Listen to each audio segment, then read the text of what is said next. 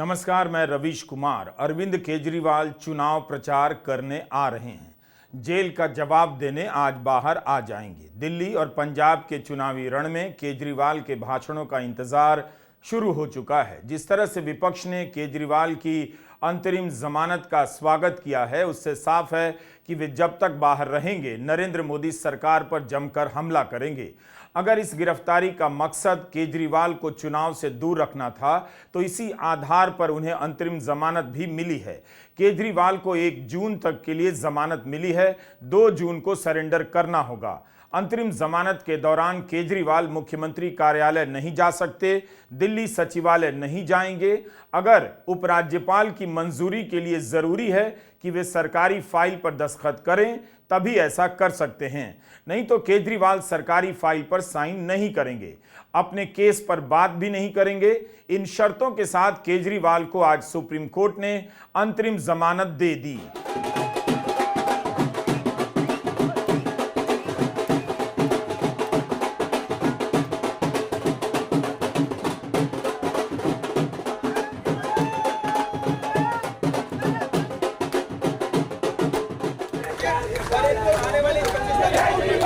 आप ये लड्डू क्यों खिला रहे हो? क्यों खिला रहे हो लड्डू? खुशी में खिला रहे हैं। केजरीवाल के पोस्टर को ही उनका कार्यकर्ता लड्डू खिला रहा है, इस खुशी में कि अब वे जेल की दीवारों से बाहर आएंगे। बार बार जमानत रद्द होने से पार्टी को यकीन नहीं था कि आज जमानत मिल जाएगी और आज ही बाहर आएंगे। आम आदमी पार्टी ने अपने सारे कार्यक्रम रद्द कर दिए हैं। तिहाड़ के बाहर कार्यकर्ताओं ने पहुंचना शुरू कर दिया है। पार्टी ऑफिस पहुंचकर भाषण की भी तैयारी हो रही है। जैन साथियों, सत्य परेशान हो सकता है, पराजित नहीं। आज माननीय सर्वोच्च न्यायालय का ऐतिहासिक फैसला आया। चुनाव के प्रचार के लिए अंतरिम जमानत की राहत अरविंद केजरीवाल को देना एक बहुत ही स्वागत योग्य फैसला है। हम सब लोग इसका स्वागत करते हैं और अब पूरे देश में एक सकारात्मक वातावरण बनेगा। जो अन्याय, अत्याचार और तानाशाही है देश के प्रधानमंत्री और भारतीय जनता पार्टी की, उसका अंत होगा। अब देश केजरीवाल का कमाल देखेगा। कोर्ट की टिप्पणियों से केजरीवाल की गिरफ्तारी के पीछे की राजनीति का भी पर्दा उठता है। जस्टिस संजीव खन्ना ने कहा कि ईडी ने ECIR यानी FIR अगस्त 2022 में दर्ज की। 1.5 साल तक केजरीवाल वहीं रहे। गिरफ्तारी पहले या बाद में भी हो सकती थी। 21 दिन इधर या उधर होने से कोई फर्क नहीं पड़ेगा। कोर्ट ने कहा कि 26 नवंबर 2022 को अभियोजन पक्ष की पहली शिकायत दर्ज हुई। उसके बाद ईडी ने 4 पूरक शिकायतें दायर की। CBI ने एक चार्जशीट फाइल की और 2 पूरक चार्जशीट भी। केजरीवाल की गिरफ्तारी में बहुत देरी हुई है। यही वो सवाल था जिसका जवाब ईडी से देते नहीं बना। कोर्ट ने कहा कि केजरीवाल मार्च महीने में गिरफ्तार हुए। उनकी गिरफ्तारी बहुत पहले या बाद में भी हो सकती थी। ईडी को खूब मौका दिया कोर्ट ने कि बताइए इसी वक्त क्यों गिरफ्तार किया गया। ईडी का जवाब कभी आसमान में जाता था, कभी पाताल में। सुनवाई के दौरान भी जस्टिस खन्ना और जस्टिस दत्ता की बेंच बार बार यही सवाल करती रही कि इसी वक्त क्यों गिरफ्तारी हुई है। जब ईडी की ओर से वकील SV राजू ने मांग की कि केजरीवाल इस केस के बारे में कुछ नहीं कहें, तब इस पर भी जस्टिस खन्ना ने कहा कि संजय सिंह के मामले से तुलना मत कीजिए। आप जानते हैं कि संजय सिंह को शर्तों के साथ जमानत मिली है, वे अपने केस की बात नहीं कर सकते। लेकिन जब अंतरिम आदेश आया तो उसमें साफ साफ लिखा है कि केजरीवाल भी संजय सिंह की तरह अपने केस पर बात नहीं कर पाएंगे। अरविंद केजरीवाल जी प्रचार के लिए पूरे देश में जा सकते हैं, कहीं पर भी किसी भी अपनी पार्टी या इंडिया अलायंस के किसी भी हिस्से में जाकर प्रचार करने की उनको छूट दे दी गई। भारत के महान न्याय अभिकर्ता यानी सॉलिसिटर जनरल तुषार मेहता ने कहा कि मुझे ऐसी कोई मिसाल नहीं मिली जब किसी व्यक्ति को कैंपेन करने के लिए रिहा किया गया हो। इस पर जस्टिस खन्ना ने कहा कि इसे इतना सिंपल मत बनाइए। कोर्ट ने कहा कि अरविंद केजरीवाल दिल्ली के मुख्यमंत्री हैं, एक राष्ट्रीय पार्टी के नेता हैं। इसमें शक नहीं कि उन पर गंभीर आरोप लगाए गए हैं, लेकिन अभी दोष साबित नहीं हुआ है। उनका कोई आपराधिक रिकॉर्ड नहीं है, वे समाज के लिए खतरा नहीं है। इस केस में जांच अगस्त 2022 से पेंडिंग है, लंबित है। यही नहीं, उनकी गिरफ्तारी वैध है या नहीं, इस पर सुनवाई चल रही है और इसी पर अंतिम फैसला नहीं आया है। इतने दिनों से सुनीता केजरीवाल ने प्रचार करना सीख लिया, मगर एकदम से अचानक इस जिम्मेदारी को संभालना उनके लिए आसान नहीं रहा होगा। पार्टी का प्रमुख ही जेल में हो तो चुनाव के समय पार्टियां बिखर जाती हैं।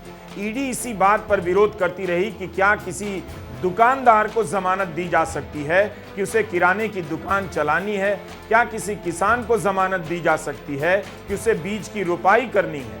सुप्रीम कोर्ट ने कहा कि केजरीवाल की गिरफ्तारी की तुलना इन बातों से नहीं की जा सकती। किसान को बीज रोपने के लिए जमानत दी जा सकती है या किसी को बिजनेस चलाने के लिए, यह बातें अलग हैं। अंतरिम बेल और रिहाई के सवाल पर विचार करते हुए कोर्ट संबंधित व्यक्ति से जुड़ी स्थितियों पर भी विचार करता है। उन सभी को अनदेखा करना गलत होगा। केजरीवाल एक राजनेता हैं, इस बात को अनदेखा करना नैतिक रूप से गलत होगा। दिल्ली हाईकोर्ट ने चुनाव में प्रचार करने की दलील खारिज कर दी थी, जबकि उसी के आसपास केरल हाईकोर्ट ने केरला के पूर्व वित्त मंत्री थॉमस आइजैक के मामले में ईडी के समन पर रोक लगा दी, यह कहते हुए कि चुनाव इस वक्त ज्यादा जरूरी है। मगर दिल्ली हाईकोर्ट में यही दलील नहीं चल पाई। ये पीएमएलए जैसे मामले में, जिसमें केंद्र की पूरी सरकार, उनकी पूरी आर्टिलरी, पूरी मशीनरी एक मुख्यमंत्री को जेल में रखना चाह रही थी, और ऐसे मामलों में जहां पे महीनों महीनों बिना सबूतों के लोगों को जेल में रखा गया, उनकी इंटरिम बेल 40 दिन में होना, मुझे लगता है कि कोई चमत्कार से बड़ा ही कुछ है। और ये सुप्रीम कोर्ट के माध्यम से, मेरा मानना है, ऊपर वाले का एक इशारा है, ऊपर ईश्वर का इशारा है कि जो भारत में चल रहा है उसमें बदलाव आना जरूरी है। और मेरा मन कहता है कि ये अपने भक्त अरविंद केजरीवाल जी के लिए बजरंग बली हनुमान जी का आशीर्वाद है कि एक चमत्कार की तरह आज वो जेल से बाहर आएंगे। और मुझे लगता है कि इसका बड़ा मकसद है, ये कोई साधारण बात नहीं है, ये बहुत असाधारण बात है जो हो रही है। और एक बड़े मकसद के लिए अरविंद केजरीवाल जी जेल से बाहर आ रहे हैं, और आपको कुछ दिनों के अंदर दिखेगा कि देश के अंदर अब बड़े बदलाव इनकी रिहाई के साथ दिखने लगेंगे। ईडी ने 9 मई की सुनवाई में पुरजोर तरीके से केजरीवाल की बेल का विरोध किया। कहा कि चुनाव के लिए प्रचार करना मौलिक अधिकार नहीं है, कानूनी अधिकार नहीं है और संवैधानिक अधिकार भी नहीं है। ईडी ने यह भी कहा कि राजनेता सामान्य नागरिक से ऊंचा दर्जा होने का दावा नहीं कर सकता, वो अलग व्यवहार का हकदार है ही नहीं। ईडी ने कहा कि हमारी जानकारी में किसी भी राजनेता को प्रचार करने के लिए जमानत नहीं दी गई, वो भी ऐसे में जबकि वो चुनाव भी नहीं लड़ रहे। उम्मीदवार को भी अपनी कैंपेनिंग के लिए अंतरिम बेल नहीं मिलती है। पिछले 5 वर्षों में 123 चुनाव हुए, और अगर कैंपेन करने के लिए अंतरिम बेल दी जाने लगेगी तब किसी भी राजनेता को गिरफ्तार कर न्यायिक हिरासत में नहीं रखा जा सकता, क्योंकि साल भर चुनाव चल रहे होते हैं। ईडी ने केजरीवाल को जेल में रखने के लिए तर्कों का अजब अजब आविष्कार किया, वो भी एक अलग से उस पर बात होनी चाहिए। ये भी प्रावधान है कानून में कि अगर किसी को सजा हो जाए और कोर्ट कहे कि साहब इस सजा को हम स्टे कर देते हैं, तो प्रचार में हिस्सा ले सकता है ना। तो जिसको सजा हो जाए उसको कोर्ट स्टे करके हक दे सकता है कि आप जाकर प्रचार कीजिए, चुनाव है तो प्रचार कीजिए। वो भी हक दे सकता है कि आप अपना नॉमिनेशन फॉर्म भी फाइल कीजिए, आप चुनाव भी लड़ सकते हो। अब इनसे पूछिए कि हार्दिक पटेल कैसे चुनाव लड़े थे। हार्दिक पटेल जी की कन्विक्शन थी, हाई कोर्ट ने स्टे नहीं दिया, हार्दिक जी सुप्रीम कोर्ट आए, सुप्रीम कोर्ट ने स्टे दे दिया, हार्दिक जी चुनाव लड़े, हार्दिक जी बीजेपी में शामिल हो गए। तो जिसके खिलाफ सबूत है, जिसके खिलाफ सजा है, उसको तो हक है अगर कोर्ट स्टे दे दे, और जिसके खिलाफ केवल आरोप है उसको स्टे नहीं मिल सकती, क्योंकि चुनाव में हिस्सा लेना एक कानूनी हक है, संवैधानिक हक नहीं। तो ये किस किस्म की राजनीति हो रही है और किस किस्म की राजनीति ईडी कर रही है कि जिसके खिलाफ सबूत नहीं, आपको उसको अंदर रखे हुए हो, और इस वक्त आपने गिरफ्तार किया जब चुनाव आ रहा था, चुनाव में हिस्सा नहीं ले सकते। वो एक अपनी पार्टी के लीडर हैं, दिल्ली के चीफ मिनिस्टर हैं। और ये छोड़िए, सब इन पदों को छोड़िए, लीडरशिप को छोड़िए, चीफ मिनिस्टर हैं वो भी छोड़िए, इस देश के नागरिक तो हैं ना। और मालूम सुप्रीम कोर्ट ने क्या कहा है कि फेयर एंड फ्री इलेक्शन, मतलब कि निष्पक्ष चुनाव basic structure of the constitution, मतलब कि संविधान का बेसिक स्ट्रक्चर है। अब मैं आपसे पूछना चाहता हूं कि कल को चार्जशीट में कुछ ना निकला तो क्या ये वक्त वापस आ सकता है?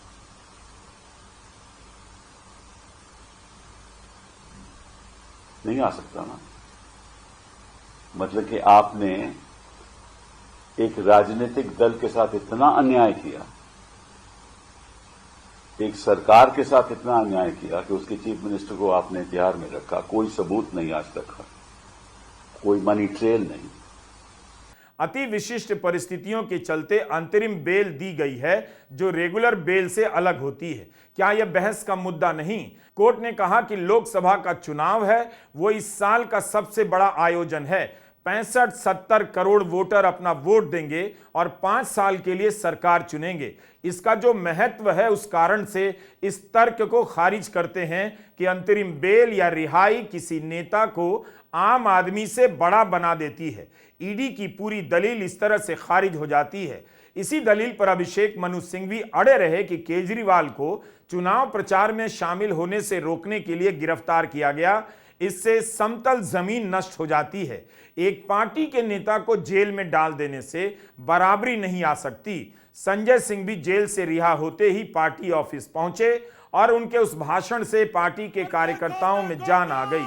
आज केजरीवाल भी जेल से निकलकर पार्टी दफ्तर पहुंच सकते हैं और भाषण देंगे।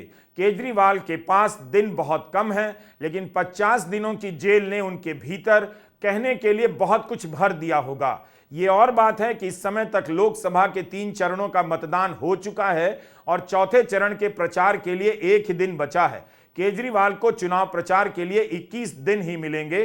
30 अप्रैल को जब सुप्रीम कोर्ट में जस्टिस संजीव खन्ना और जस्टिस दीपांकर दत्ता की बेंच के सामने इस मामले की सुनवाई शुरू हुई, तब से ही बेंच की तरफ से कहा जा रहा है कि अंतरिम जमानत पर विचार किया जा सकता है। 9 मई को भी कोर्ट ने कहा कि हम 10 मई को अंतरिम जमानत के आदेश जारी कर सकते हैं। आज आदेश जारी हो गया। फैसला आते ही कोर्ट परिसर में लगाए गए इन कैमरों के सामने हलचल शुरू हो गई। खबर आज के लिए बहुत बड़ी हो गई क्योंकि कोर्ट ने केजरीवाल को आज ही रिहा करने का निर्देश दिया है। केजरीवाल 50 दिनों से जेल में बंद हैं। 50 दिनों के प्रयास के बाद 21 दिनों के लिए अंतरिम जमानत पर बाहर आ रहे हैं। ईडी की विशेष अदालत और दिल्ली हाई कोर्ट में चुनाव के दौरान गिरफ्तार किए जाने की दलील नहीं टिकी, उनकी जमानत रद्द हो गई, लेकिन सुप्रीम कोर्ट ने अंतरिम जमानत दे दी। अभिषेक मनु सिंघवी की यह बड़ी कामयाबी है। पीएमएलए जैसे मामले में बड़े बड़े वकीलों के लिए भी जमानत दिला पाना मुश्किल होता है, लेकिन लगता है कि अभिषेक मनु सिंघवी ने अपनी वकालत से पीएमएलए के डरावने प्रावधानों का काट निकाल लिया है। सिंघवी ने जमानत की अर्जी नहीं दी बल्कि गिरफ्तारी की वैधता को चुनौती दी। आज के अंतरिम आदेश के बाद सिंघवी का एक ट्वीट आया जिसके बारे में आपको जानना चाहिए। अभिषेक मनु सिंघवी लिखते हैं कि केजरीवाल के आदेश के बाद मीडिया से अर्जी आ रही है कि बात करूं, लेकिन जब से मैं प्रवक्ता बना हूं कभी भी मैंने कोर्ट और प्रवक्ता के काम में मिलावट नहीं की। जिस केस में मैं बहस करता हूं, जब तक सुनवाई चल रही होती है उसे लेकर बाहर राजनीतिक रूप से बयान नहीं देता, इसलिए मीडिया से क्षमा चाहता हूं। जब फैसला आ जाएगा तब इसके व्यापक परिप्रेक्ष्य पर बात करूंगा। यह हमारे लोकतंत्र की बहुत बड़ी खूबी है कि जिसे भारत सरकार और उसकी मशीनरी ने मोस्ट वांटेड बना दिया हो वह 6 हफ्ते में बाहर आ जाता है। हमें लड़ना होगा और उम्मीद नहीं छोड़नी होगी। इस केस में विवेक जैन का सहयोग अभूतपूर्व रहा है। ममता बनर्जी ने ट्वीट कर बधाई दी और लिखा कि मुझे यह देखकर बहुत खुशी हुई कि अरविंद केजरीवाल को अंतरिम बेल मिली है। यह मौजूदा चुनाव के संदर्भ में मददगार साबित होगा। अखिलेश यादव ने ट्वीट कर लिखा है कि दिल्ली के लोकप्रिय मुख्यमंत्री श्री अरविंद केजरीवाल जी की जमानत सत्य की एक और जीत है। इंडिया गठबंधन की शक्ति और एकजुटता भाजपा के दुख दर्द देने वाले राज से भारत की जनता को मुक्ति दिलवाने जा रही है। एकजुट होकर मतदान का संकल्प लें। कांग्रेस के कन्हैया कुमार ने ट्वीट किया है कि वे इस फैसले का स्वागत करते हैं और कहा है कि नागरिकों के संवैधानिक अधिकारों की रक्षा के लिए यह बड़ा फैसला है। इंडिया समूह का न्याय युद्ध जारी है। असली जीत 4 जून को इस संविधान विरोधी सरकार को उखाड़ कर होगी। शिवसेना उद्धव की प्रियंका चतुर्वेदी ने ट्वीट किया है कि यह केजरीवाल के लिए बड़ी जीत है। विपक्ष को चुप कराने की उनकी कोशिशें उन्हीं पर बैकफायर कर रही हैं। हम चुप नहीं होंगे, झुकेंगे नहीं, चाहे जो आ जाए हार नहीं मानेंगे। भारत देख रहा है, इंडिया जीत रहा है। कांग्रेस प्रवक्ता पवन खेड़ा ने भी बयान जारी किया है। माननीय सर्वोच्च न्यायालय द्वारा जो राहत आज श्री अरविंद केजरीवाल को मिली, हम उसका स्वागत करते हैं और उम्मीद करते हैं कि 4 जून के पश्चात प्रधानमंत्री मोदी, जो कि तब तक भूतपूर्व प्रधानमंत्री हो जाएंगे, उन्हें समय मिलेगा कि वो साबरमती आश्रम में बैठकर और थोड़ी आत्मचिंतन करें किस तरह की राजनीति वो करते हैं। हम साथ में यह भी उम्मीद करते हैं कि झारखंड के पूर्व मुख्यमंत्री श्री हेमंत सोरेन को भी शीघ्र अतिशीघ्र न्याय मिले। 2 जून को अरविंद केजरीवाल सरेंडर कर देंगे। 1 जून को पंजाब में और 25 मई को दिल्ली में मतदान होना है। केजरीवाल को दिल्ली और पंजाब में चुनाव प्रचार करने का मौका मिलेगा। गुजरात की 2 सीटों भरूच और भावनगर पर आम आदमी पार्टी चुनाव लड़ रही थी, लेकिन वहां मतदान पूरा हो चुका है। गुजरात में जहां आम आदमी पार्टी ने अपना वोट प्रतिशत बढ़ाया था, वहां इस बार केजरीवाल को प्रचार करने का मौका नहीं मिला। इन 21 दिनों में केजरीवाल अपनी भरपाई कैसे करेंगे, जेल से आने के बाद उनके पहले ही भाषण से पता चल जाएगा। नमस्कार, मैं रवीश कुमार।